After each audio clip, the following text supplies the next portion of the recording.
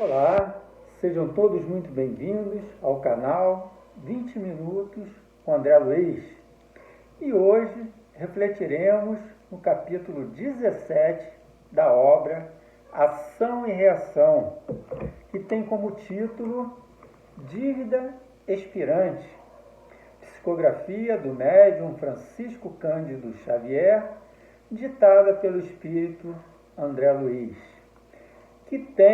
quem tem acompanhado a sequência dos vídeos já postados, se lembrará do último vídeo que refletimos no capítulo 16 desta mesma obra, intitulado Débito Aliviado, na qual o personagem Adelino trazia dívidas com o pai, dívidas essas relativas a uma encarnação pretérita, na qual a história se encerra com o Adelino recebendo o pai na idade de um bebê, sendo abandonado em sua porta. E o desfecho dessa história vocês podem saber vendo o vídeo ou lendo o capítulo 16 desta mesma obra.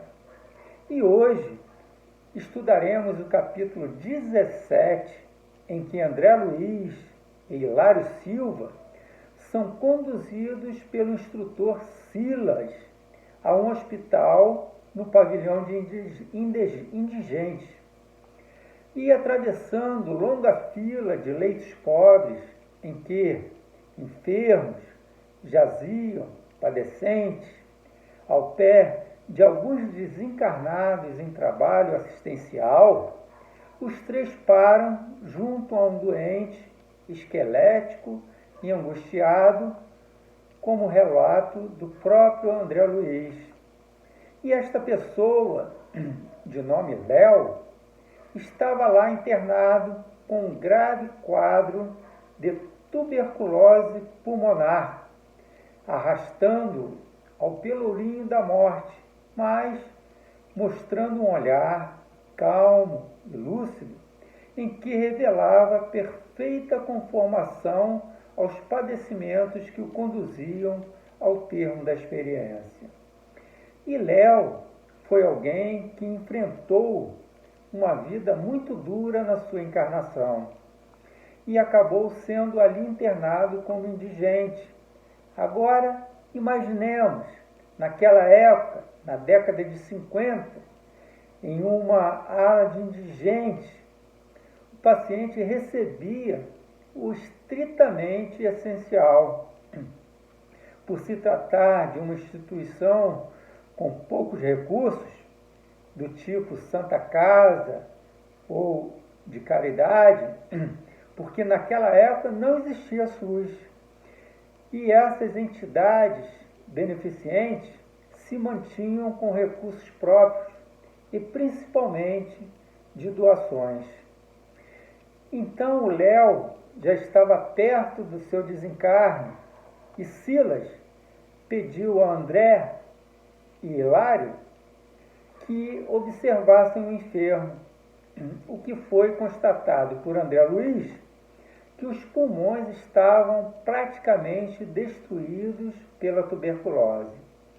E certamente seu desencarne ocorreria em breves horas.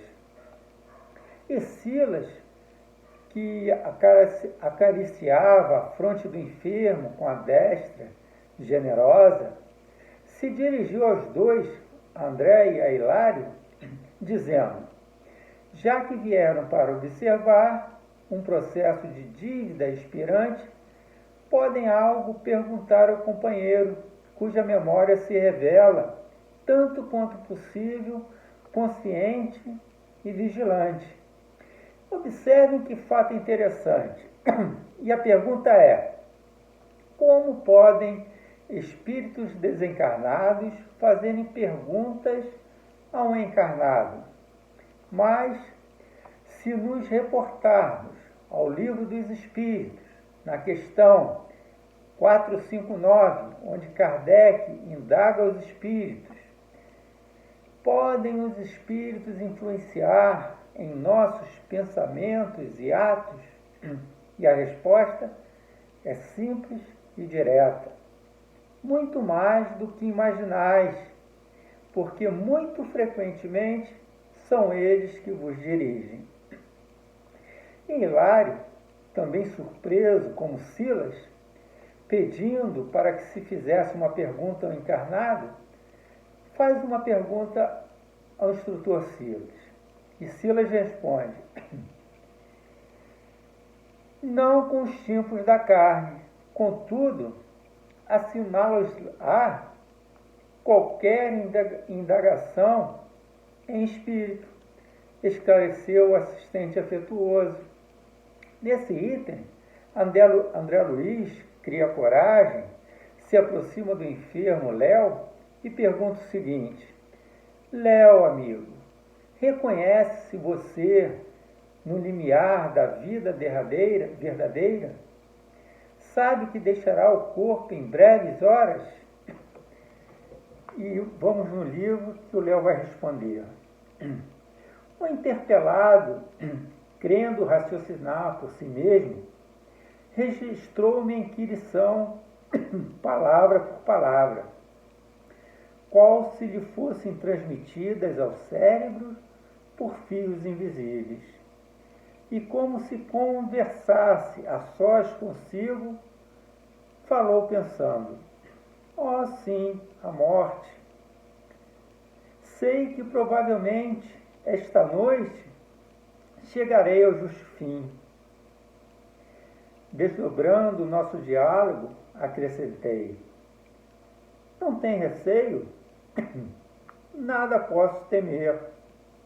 Refletiu, muito calmo. E, movendo os olhos com esforço, buscou fitar na alva parede da enfermaria uma pequena escultura do Cristo crucificado. Refletindo, desci para consigo. Nada posso recear em companhia do Cristo, meu Salvador. Ele também foi vilipendiado e esquecido. Terá vomitado sangue na cruz do martírio. Ele, que era puro, varado pelas chagas da ingratidão, por que não me resignar à cruz do meu leito, suportando, sem reclamar, as golfadas de sangue que de quando em quando me anunciam a morte? Eu, que sou pecador, necessitado da complacência divina. Vou abrir um parêntese para fazermos uma reflexão. Quantos de nós temos esse perfeito equilíbrio de sentimento se estivéssemos prestes a desencarnar nas condições que o Léo se encontrava? Fica a pergunta. Então, meus amigos e amigas, que o testemunho desse irmão seja um convite para todos nós passarmos a trabalhar nossos pensamentos para que, no momento oportuno, tenhamos esse equilíbrio emocional no momento derradeiro e que o espírito se liberta, né, do corpo físico. Porém, o nosso estado feliz ou infeliz, depois da libertação, irá depender de nossa semeadura durante o estágio aqui na Terra. E continuando, André Luiz, bastante surpreso com a resposta do Léo, volta a perguntar: você é católico romano? E Léo responde que sim. André Luiz, intrigado de como ele chegou naquela situação, pergunta sobre a ausência de familiares.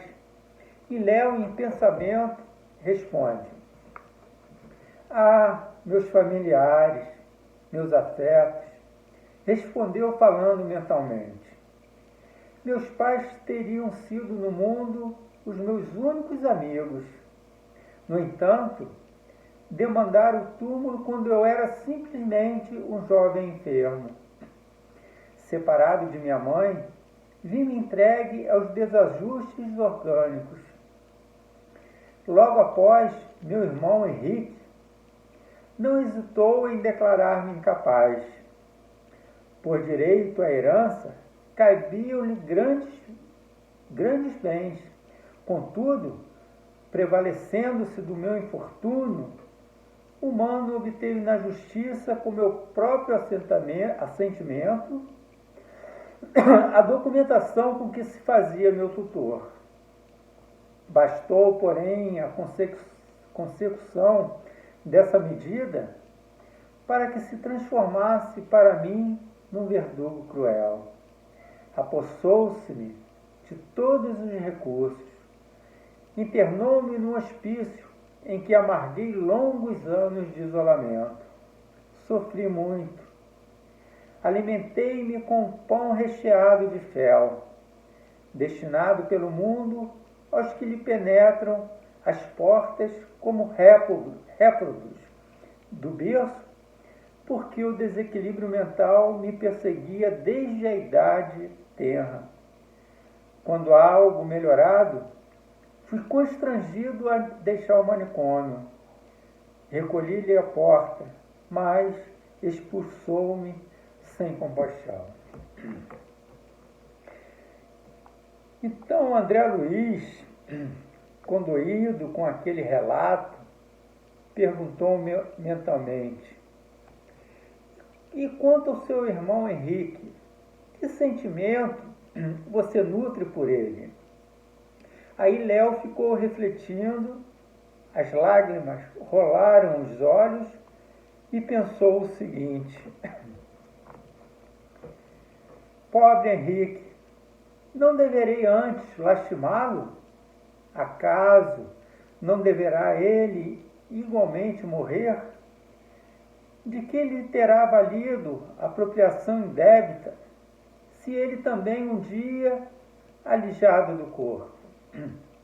Por que me reportaria a perdão se ele é mais infeliz que eu mesmo? E, tornando a pousar os olhos na figura do Cristo, continuou: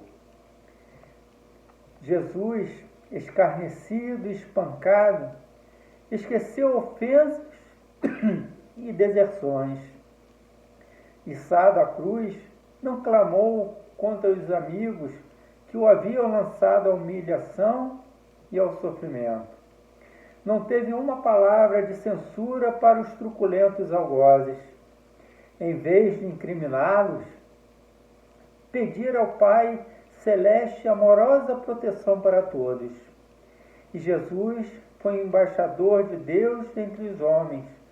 Com que direito julgarei, assim, meu próprio irmão, se eu, alma necessitada de luz, não posso penetrar os divinos juízos da providência? Observem que, apesar das circunstâncias que Léo estava vivenciando, demonstra uma nobreza de caráter e, lembrando-se dos ensinamentos que o Mestre nos deixou de perdoar, pois não sabem o que fazem, decide perdoar o irmão que se transformou no seu maior inimigo, arruinando-lhe a vida, tirando dele todas as possibilidades de ter uma vida digna e amparada. André Luiz ficou muito impressionado com este relato. Hilário, comovido até as lágrimas, desiste de fazer qualquer pergunta. Inquiriu ao assistente Silas se o agonizante estava encarnado sob a tutela da mansão, e Silas responde prestativo: sim, Léo vive tutelado por nossa casa. Aliás, temos algumas centenas de criaturas que, não obstante materializadas na carne, permanecem ligadas à nossa instituição pelas raízes dos débitos a que se prendem. Geralmente, todas elas em estágios difíceis de regeneração, porque delinquentes em reajuste.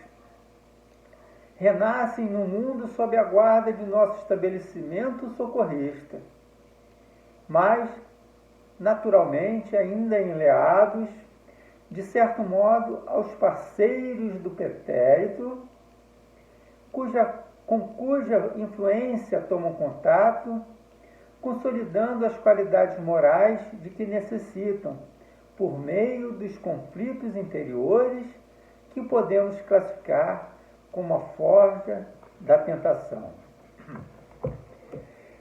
Então, os ensinamentos desse relato volto à pergunta, quantos de nós teriam o equilíbrio emocional e moral que o Léo teve?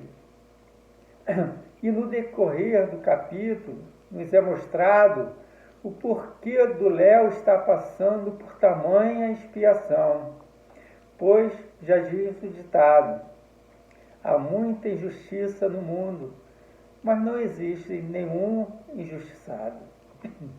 E o aresto da justiça divina se cumpre. E Silas, ante a lição, ocupado, embora na assistência ao moribundo, rematou com um grave tom de voz. Quando a nossa dor não gera novas dores e nossa aflição não cria aflições naqueles que nos rodeiam, nossa dívida está em processo de encerramento. Muitas vezes, o leito de angústia entre os homens é o altar bendito em que conseguimos extinguir compromissos ominosos, pagando nossas contas sem que o nosso resgate a ninguém mais prejudique. Quando o enfermo sabe acatar os celestes desígnios entre a conformação e a humildade, traz consigo o sinal da dívida expirante. Silas, contudo, não pôde continuar. Léo, em oração, debatia-se nos testores da morte. O assistente enlaçou-o com carinhoso entendimento e exorou o amparo divino, como se o doente, desventurado, lhe fosse um filho do coração. Envolvido nas irradiações suaves da prece, Léo adormeceu diante de nossas lágrimas. Porque perguntássemos quanto ao motivo pela qual não o arrebataríamos de imediato ao vaso cadavérico para transportá-lo conosco à mansão, o assistente informou-nos conciso. Não dispomos de autoridade para desligá-lo do corpo. Semelhante responsabilidade não nos compete. E comunicando aos vigilantes que missionários da libertação viriam, em breves horas, em socorro do companheiro que desencarnava, meditativo e emocionado, propôs-nos regresso à mansão.